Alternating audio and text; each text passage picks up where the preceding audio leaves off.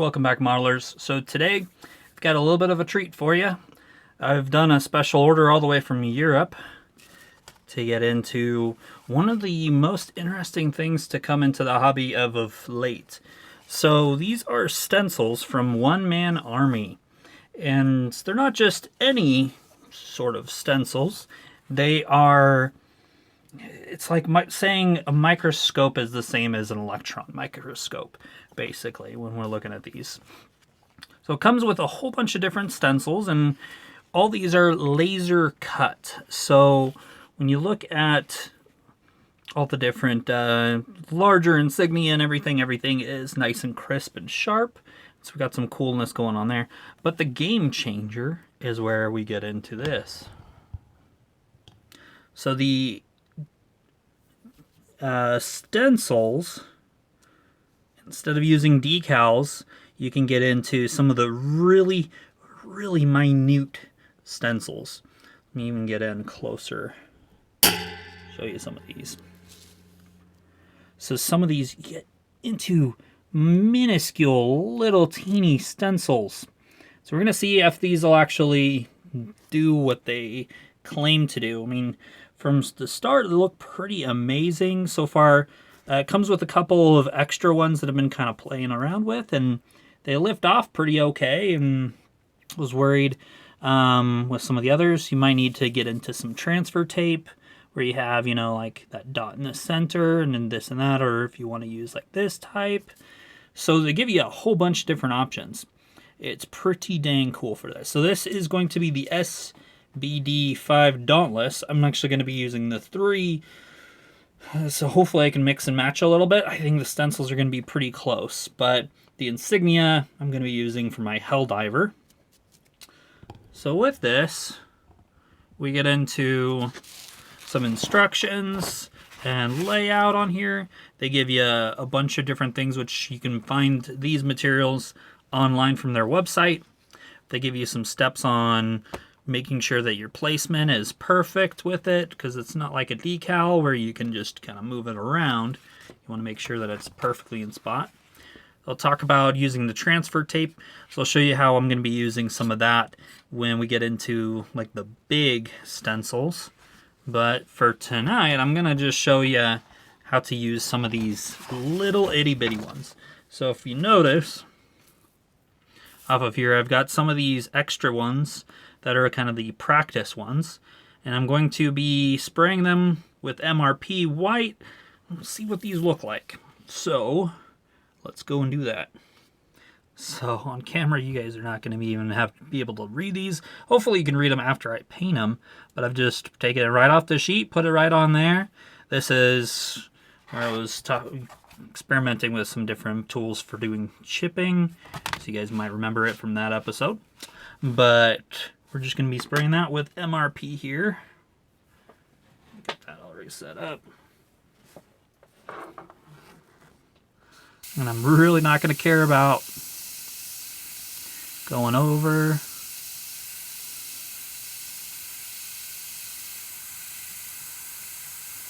Let's do the number on there, which is going to be covered up for what's actually doing this. Just build up some layers. Okay, let's see what that looks like.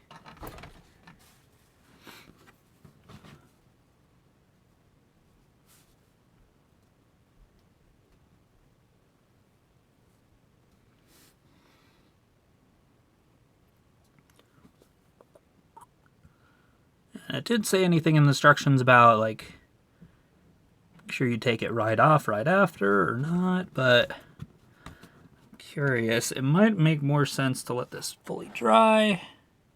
But let's see if I can get a little close. So pretty awesome. This is the bottom one. You could totally tell what we're trying to get across there, right? Equipment release, I guess. But the other, to be honest, when I look at it, it's some serial numbers, so it's not exactly something would be legible in a 132 scale anyway. pretty impressive. And you can do in some weathering techniques. You don't have to limit yourself to just what's on the stencil. Let's see if I can do maybe one other one. Maybe it might better. Let's see what happens if I burnish it a little bit. If that does anything.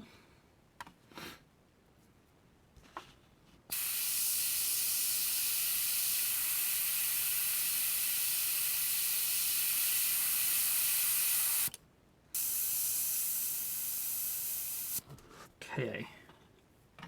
Let's see how that puppy came out. And the cool thing about it is you can technically reuse these.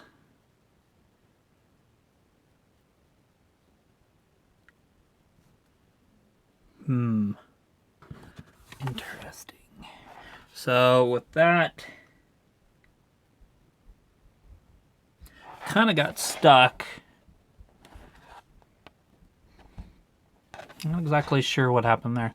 I think maybe building up in light layers is what you got to do with this. I was a little bit impatient and made it a little bit faster, and that may have made some problems with it.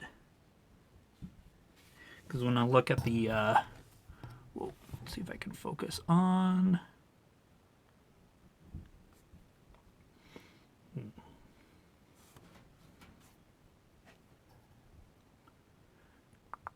So you could see like the paint kind of filled in the gaps a little bit, and it peeled up with it. So probably not foolproof, right? But this is just my third one.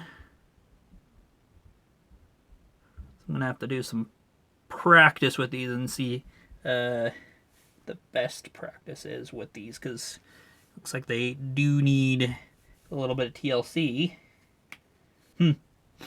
So that is that. When it comes to all the other stencils on here, I'm sure not a problem when we run into these guys. Ran similar in my silhouette. Not a problem. So, more curious about these itty bitty guys. So here's another 3X I could practice with that guy. Let's run that now. So, good thing is it does come with a good amount of extras to practice. So let's see what this guy does. If I would do, make sure I get nice and light layers.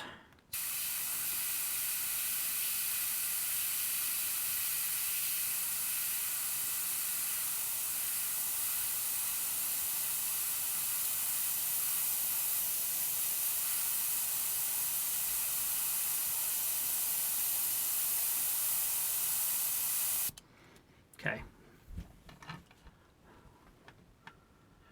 And I might experiment with, like I said, leaving it on a lot longer.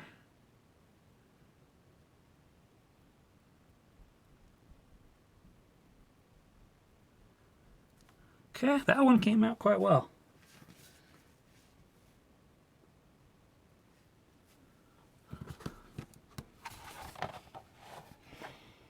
That one looks pretty good. You can actually see Sbd5. So, but it's a little bit smaller font. I mean, a bigger font, so could definitely do it. But I think that's exactly what we'd be looking for. So you can see there's a few other. They give you a, let's see how many total to play around with. So I got 1, 2, 3, 4, 5. So they give you about 7 or 8 of these to be able to actually experiment with and practice with, because it looks like they do require a little bit of practice. But the results are pretty awesome. I mean, that probably just a failure. You can tell that the paint was a bit thicker, and that's not going to be what you want. You want more of proper paint procedure. Don't be impatient like anything else. Okay, so I'll be using this on my new Sbd Dauntless that I'm working on with the black box cockpit and a few other pieces that we'll be showing you guys coming up in the upcoming videos. And so stay tuned for that. But probably the next video you guys are going to see is me finally finishing the F4 Phantom from Tamiya. So stay tuned for that.